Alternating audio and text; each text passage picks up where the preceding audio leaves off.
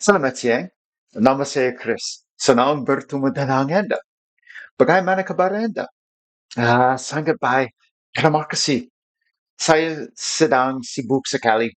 Hi everyone, new name here, playing my favorite game, Watcher of Realms, and greeting anybody that speaks Indonesian visiting the channel today. Just explaining to them, I've been a little bit busy, and it's day 48 on the free-to-play series. And what I've been busy doing is the Immortal Codex, and I've been trying to make an S auto on this free-to-play account. And I have an S auto that I just did. So hopefully, while I put it on auto, I can show you. And it's a little bit, it just squeaked over by like 20,000, but I'm in a solid S. So if you don't know, because you can't get yourself there, that's 2,200 shop coins. That's good currency there. So we'll put on the auto fight first, and we'll see if it can run through on the free-to-play auto. And you might look at the heroes I'm using and be like, Valk and Constance aren't free to play. Well, they are because this is a free to play account. And you'll see that Constance, she really doesn't do anything anyways for this account because Volka is here doing the necessary heals. If you watch Constance, she's not going to really do very much at all. Valkyra, behind the fence, helping Vladov, is the main saving point. And I think you'll see my Valkyra res Vladov one time. So I'm going to do it on a manual after this with the same placements. And again, A5 Wrath, who's going to kick the crap out of everything for you, take care of himself, is facing to the oncoming. So is Vladov, who was a fragment fusion when I started this account. It's hard to show you because of all the numbers here. Obviously, I can't really click the heroes too well, but we're going to do it on one times in manual after this. I'm just showing you how it runs on the auto. And I've only done it twice, so I don't know if it's going to get the S on the auto or not. But this is Abomination out front, facing to the oncoming as well. Everybody's facing to the left, except Volka is facing down. So it's an S auto. It hasn't failed since I put it together, whether it's barely S or not, because I think 770,000 is what you need to get the S. So out of curiosity, you'll see the stats here. Like Volka, people will tell you is not a good hero. Well, if you've been following this series, you've seen how strong Volka is. And without that hero Volka, I wouldn't have done N917 on day 40. Okay?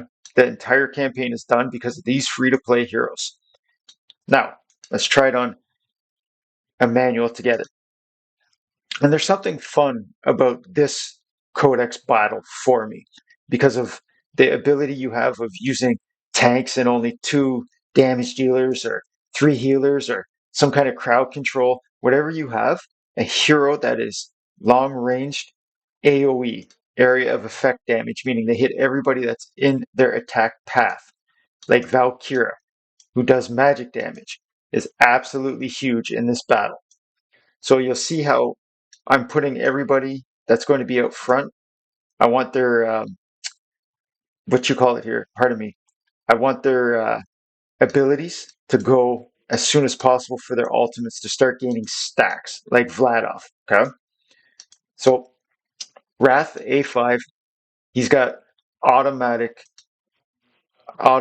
ultimates. I can't control them except for the rage regen that I put him in. So for this first phase here, like these are nothing. I'm just going to get the ×2 going. My Vladov, though, I have him in a Soulbound Arcana set. So you'll see I'm using ultimates when it's really not necessary, just to boost his stacks. I think I can get him 4 stacks by the time I collapse my fence. So that's 40% more damage out of that hero. You'll notice I'm not using Valkyra's ultimate because I want Vladov to hit as many as he can because he gains more rage for landing attacks. And obviously, at this stage, I don't need Valkyra to kill them anyways. And that's why I have a Volka. And this one's a maxed passive Volka. So all my heroes are healing for 2% of their total HP anytime they land an attack. Okay?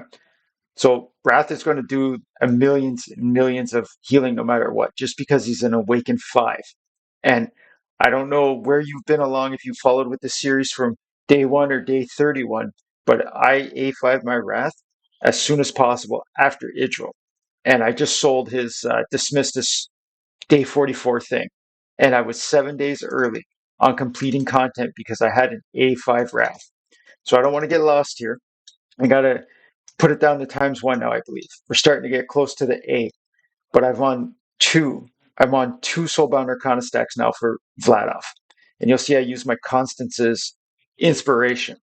So I'll show you all the gears and the stats after this manual. And again, it might not be an S, but I'm going to attempt to show you, because if it can do it in an auto, it surely should be able to do it for you on a manual run. But the key is that placements, having your AoE healers or damage dealers, pardon me, cross their streams if possible. I'm getting better results with Valkyra and Abomination on opposite lanes, and Valkyra facing forward. She's going to do the most damage more often than not with these placements. So the ultimate timings are also imperative, because as you're noticing, like my fence is really, really low.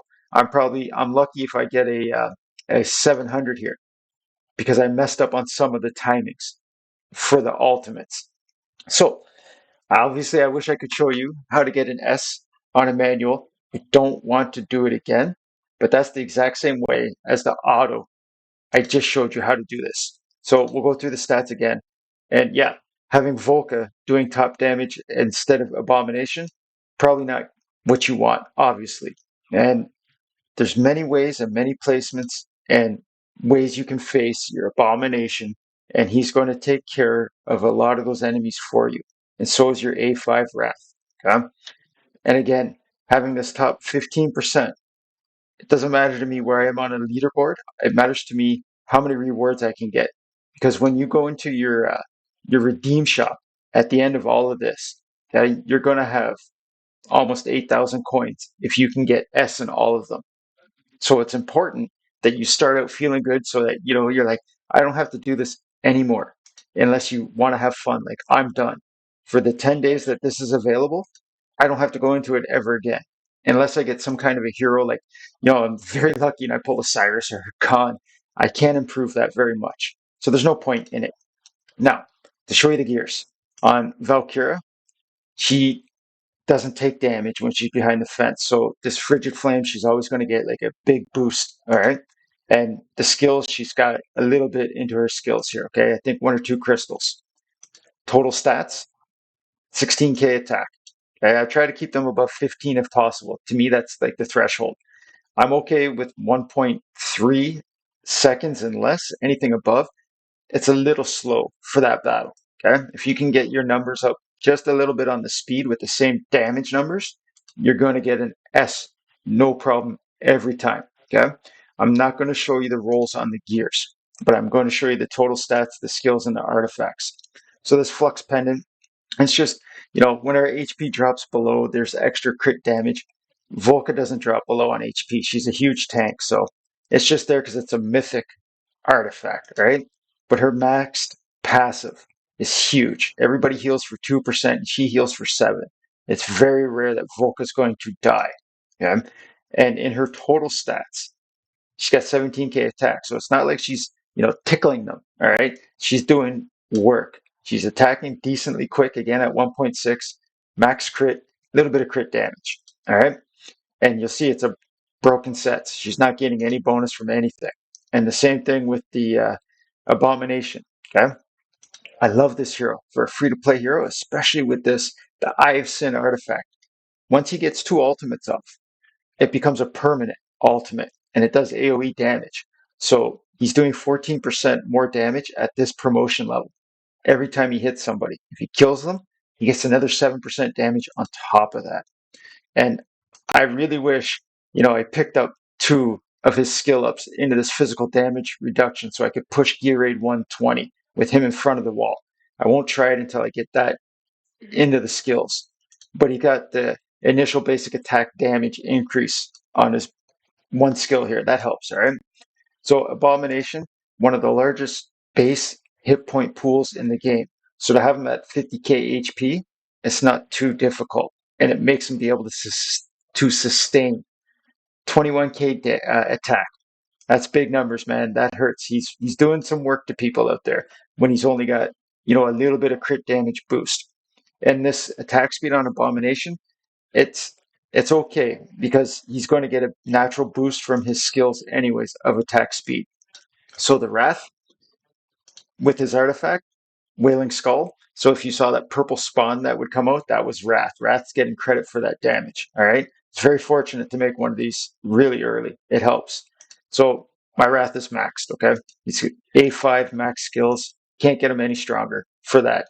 He's got 15k attack. It's pretty good for an epic hero. He's decently quick and he hits hard. For an epic at 300%, 320 almost percent crit damage, Wrath isn't going to die, but he does have like a calamity set on the one side here. This is a pretty decent piece. I wish it had crit rate, but it doesn't. You do what you do with what you can. Vladov is in Soulbound Arcana set. So he's got a Scarlet Hunt. He does 22% more damage to anything with a bleed. He applies a lot of bleeds. So he's always doing extra damage, okay? Max skill.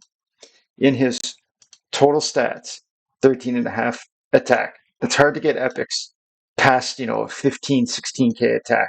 Epics, that is. So he's not crit cap, but he's pretty close. All right. And if you want this one, I'll show. Okay. I just rolled this before I got into there. What a wonderful roll that was.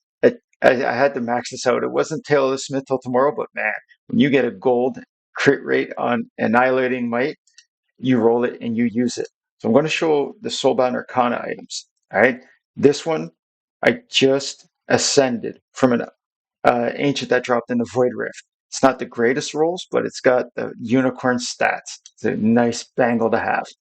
So he had 1 crit damage, and the heal effect, it's going to help him. He's going to benefit from that heal effect because of Volka on the team. And then I've had this ring for a while. It does the job. I wish it had, attack speed, but it's good enough. And in case you're curious, I'll show you Constance, who, I don't even know if I really need to be using Constance, okay? And she's not really max skilled either because she's a legendary, all right? But in her total stats, I funned around and because she's not getting hit, so I cranked up her attack best I could for this battle. She doesn't need the HP, okay? And she doesn't, as I said, she's not really doing anything.